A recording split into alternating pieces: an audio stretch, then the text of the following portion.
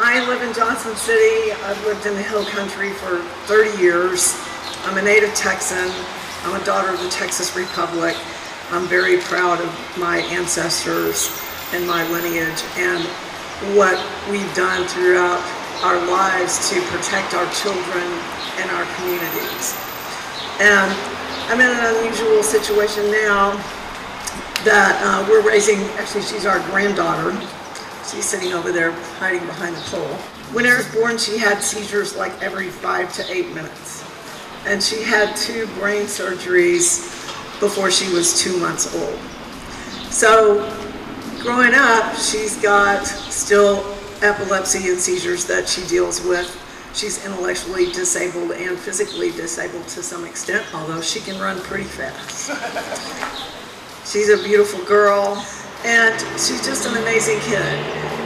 In Johnson City, where the school has a lot of really good programs for children with disabilities, and we're blessed to have a great staff there that supports her and her situation. And everybody loves her.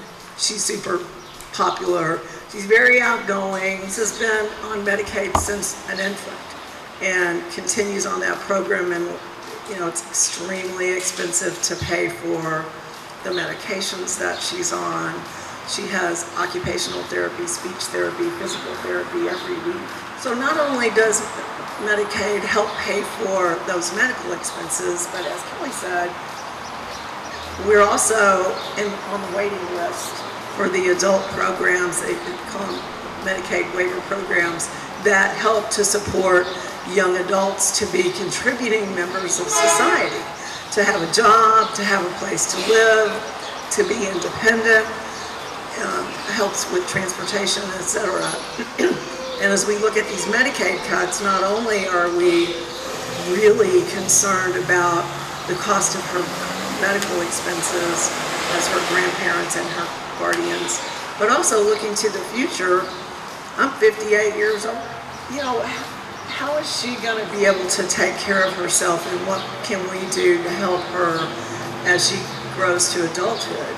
And these new Medicaid cuts, at the very least, the waiting list for the programs are 10 to 14 years long now. And at worst, they won't be around at all. This is one of thousands of kids in Texas. This bill is not good for Texas.